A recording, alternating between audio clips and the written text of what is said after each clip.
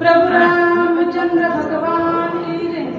ऐसा बोलता श्री रामचंद्र सकळ वानरांचे भार ऐकोनी पिंजारीला कपिंद्र नाती घसर भासत। प्रभु रामचंद्र भगवान की जय। राजाधिराज शिव छत्रपती महाराज की जय। धर्मवीर संभाजी महाराज की जय। त्या ठिकाणी कथा चालली की प्रभु रामचंद्राचा निष्ठावंत भक्त हनुमंतराय आणि त्या ठिकाणी द्रोणागिरी पर्वताच्या दिशेनं त्या ठिकाणी त्यांनी प्रस्थान केले की आता निघायचंय आणि प्रभु रामचंद्राच्या बंधूला अर्थातच लक्ष्मणजींना शक्ती लागलेली आहे आणि मग त्या शक्तीतून निवारण करण्यासाठी दिव्य औषधी आणायचे आहेत असे त्या ठिकाणी आज्ञा सगळ्या वानरांनी तसेच प्रभु रामचंद्रांनी हनुमंतरायाला केलेली आहे। त्यावेळेस त्या सगळ्यांचे बोलणं त्या ठिकाणी हनुमंतरायाने ऐकलं आणि ऐकून त्या ठिकाणी आता हनुमंतराय प्रस्थान करतायत। कसं करतायत ऐका। पिंजारीला रमावली दिसे विकराळ दंताई मस्तक गेला नभो मंडळी गोळांगुळी आवेश। आणि त्या ठिकाणी प्रभु रामचंद्राचं कार्य पार पाडायचे म्हणून हनुमंतरायाला अतिशय आनंद झाला आणि त्यांनी अकराळ विक्राळ अशा प्रकारचं रूप घेतलं। अगदी जमिनीपासून ते नभोमंडळापर्यंत असणार हनुमंतरायानं अकराळ विक्राळ अशा प्रकारचं रूप धारण केलं। खूप मोठं रूप धारण केलं आणि त्या ठिकाणी भ्यासूर अशा प्रकारे दिसू लागले। ते त्यांच्या अंगावरचे जे केस आहेत ते असणारे एकदम शस्त्रासारखे मोठे दिसू लागले। खूप अकराळ विक्राळ अशा प्रकारचं रूप त्यांनी धारण केलं। त्या ठिकाणी अनेक वानरांना भ्यासूर दिसू लागला असं नाथबाबा वर्णन करतात। हो दोन्ही दिसती नेत्र गोळ जैसे धगधगीत इंगळ त्रहाटित भूमीसी लांगुळ लोक सकळ भयभीत। आणि त्या ठिकाणी प्रभु रामचंद्राच्या निष्ठावंत भक्तांनी त्या ठिकाणी भगवंताच्या आज्ञेचं पालन करायचंय त्यासाठी असणारा ते सुसज्ज त्या ठिकाणी झाले उड्डाण करण्यासाठी।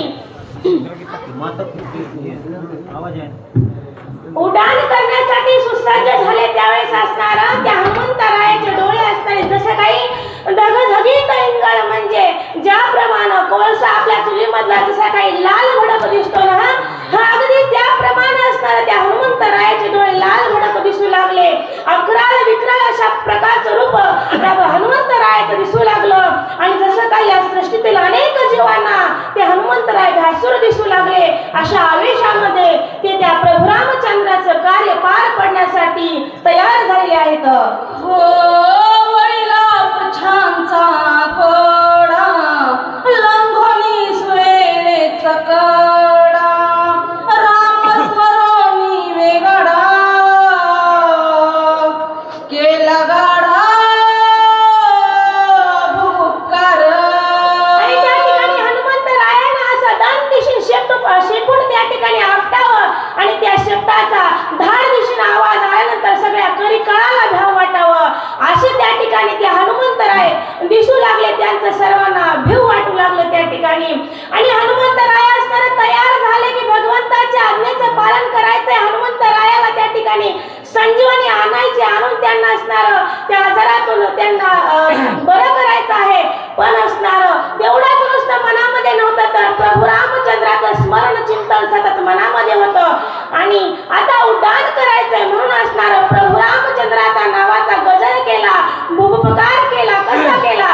प्रभु रामचंद्र भगवान की जय। होय कोणी त्याचा भूकार दचके कैलासी शंकर ब्रह्मांड हडबडिले त्वर घोरांदर मांडले।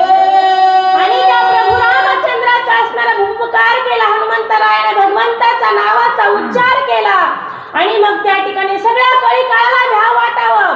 त्या ठिकाणी जे कैलासावरती शंकर आहेत त्यांना सुद्धा त्या ठिकाणी दचका वाटू लागला की नेमकं हे उड्डाण कोणाचं असावा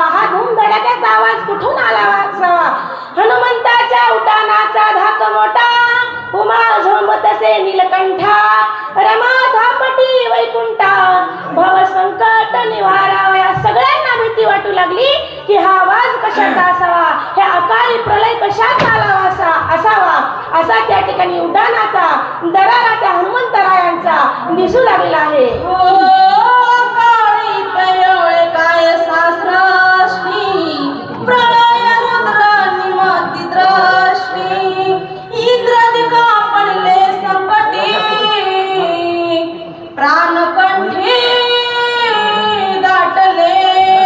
आणि त्या हनुमंतराय असणारे उड्डाण करू लागले, उड्डाणासाठी सुसज्ज झाले. आणि त्यावेळेस त्या उड्डाणाचा आवाज त्या ठिकाणी येऊ लागलेला आहे. आणि त्यावेळेस सगळ्या देवदैवतांना त्या ठिकाणी आश्चर्य वाटू लागलं की बाबा अकाली प्रलय आला की काय. कारण की प्रलय जर यायचा असेल तर कधीतरी माहित व्हायचं की आता प्रलय येणार आहे म्हणून, कारण हे देवतांना समजायचं.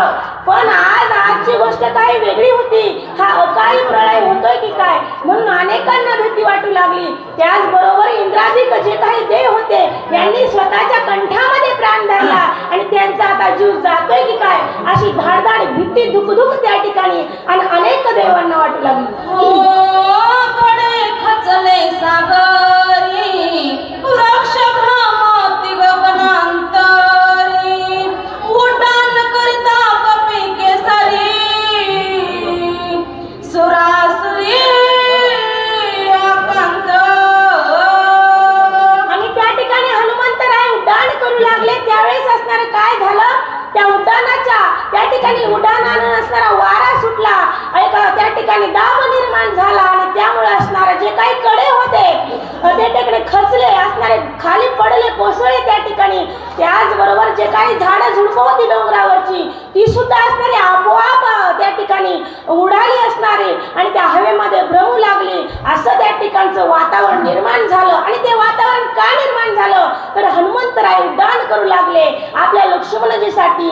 आणि त्या ठिकाणी द्रोणागिरी पर्वतावर जायचं होतं, ती असणारी वल्ली आणायची होती म्हणून. हो सप्त सागर खळबळ धरा जाऊ पाहेर स्वातळा आकांत जीव मात्र सकळा गोळंगुळाचे धाके. त्या ठिकाणी अनेक देवांना भीती वाटू लागली. त्याचबरोबर सागराचे कडे खचले, त्या ठिकाणी कडे खचले, झाडं असणारे भ्रमण करू लागले हवेमध्ये. त्याचबरोबर या सप्त सागरामध्ये खळबळ उठला आणि जी काही पृथ्वी होती, जी काही धरा होती तिला असणाऱ्या रसातळाला जावं की काय अशी परिस्थिती त्या ठिकाणी पृथ्वीची सुद्धा निर्माण झाली. एवढं भयानक असणारं उड्डाण आमच्या हनुमंतराय घेऊ लागलेले आहेत. राम नामस्मरण सळग केले उड्डाण न लागतार दक्षिण सागर संपूर्ण कमीला. आणि त्या ठिकाणी हनुमंतरायानं उड्डाण करायला सुरुवात केली. काही क्षणामध्ये असणारा हनुमंतरायानं असणारा तो सागर ओलांडला. कुठल्याच प्रकारचा विलंब लागला नाही. काहीतरी एका क्षणामध्ये असणारा तो सागर त्याने ओलांडला अशी कथा येते. पुरी गगनांतरी सत्यलोक पर्यंतवरी गेली उड्डाणाची थोरी विक्रम भारी कपीचा.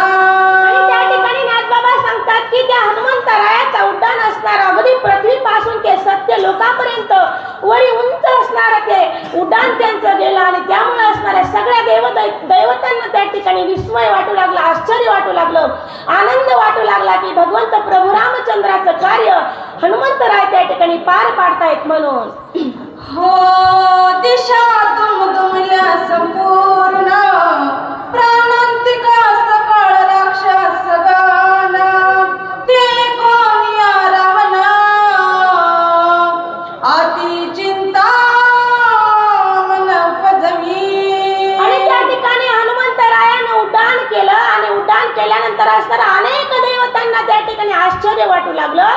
पण असणारा जे काही राक्षस लोक होते त्यांना त्या ठिकाणी मात्र भीती वाटू लागली. आणि राक्षसांनाच नव्हे तर त्या ठिकाणी आता ही बातमी असणारी त्या राजा रावणाच्या कानावरती आल्यानंतर असणार आता राजा रावण सुद्धा असणारा मनाला खचला, त्याला सुद्धा असणार मनाला एक वाईट वाटू लागलं. काय वाईट वाटतंय का? हो म्हणे गिरिया कपींद्र अनिल औषधी समग्र उठविया सुमित्र श्रीरामचंद्र नाटपे. आणि मग त्या ठिकाणी असणारा त्या राजा रावणाला असणारा दुःख वाटू लागलं. राजा रावणाच्या लक्षात आलं की बाबा हा हनुमंतराय असणार आता त्या द्रोणागिरी पर्वतावर जाईल, तिथून असणारी ती अमृत संजीवनी आणेल आणि त्या बंधू लक्ष्मणाला असणारा उठवील, हा अनर्थ होईल. आणि जर असणारा हा हनुमंतराय तिथं पोहोचला तर असणार मला आता प्रभू रामचंद्र आटोपणार नाहीत. मी जो काही असणार आजपर्यंत केला प्रयत्न होता, जे काही मी यश हातामध्ये घेतलं होतं ते नाहीच होईल, मला दुःख भोगावं लागेल. म्हणून असणार रावणाला चिंता वाटू लागली आहे. हो हे एकमेकां परीस वीर रण योद्धे कर्कश अवघे मिळाल्या युधास मग आम्हास प्राणांत. आणि मग त्या ठिकाणी असणारा रावण महाराज आता विचार करू लागले की बाबा हनुमंतराय प्रभू रामचंद्र लक्ष्मणजी हे असणारे रणकर्कश योद्धे आहेत, खूप महावीर बल्लाढ्य असे बलवान योद्धे आहेत. आणि मग जर या ठिकाणी लक्ष्मण जर असणाऱ्या शक्तीत तर लागलेले आहे आणि या शक्तीतून जर तो वाचला तर ही सगळी जी काही असणारे रणयोद्धे आहेत हे एकत्र मिळाल्यानंतर आता आमचा काहीच पाड नाही, आता आमचं काहीच शिल्लक राहत नाही, अशी भीती त्या ठिकाणी रावणाच्या मनाला वाटू लागली. हो आता काय करू विचार प्रधान मारिले समग्र इंद्रजितादी अखया पुत्र कुमरे कुमर मारिले. आणि मग त्या ठिकाणी रावण असणारा विचार करू लागला की बाबा आता मी नेमकं काय करू? हे तर असणारं दुर्धर अशा प्रकारचं संकट आज माझ्या डोळ्यासमोर उभा राहिले, मी आता काय करू? या संकटातून असणारा मी कसा बाजूला सरकू? माझ्या असणारा इंद्रजितही मेलेला आहे, माझा मेलेला आहे, माझे सगळे पुत्र नातू बंधू सगळेजण असणारे मला सोडून गेले आहेत आणि मी असणारी कसा बाजूला सरू अशी त्या ठिकाणी चिंता, असा विचार त्या ठिकाणी रावण करू लागला.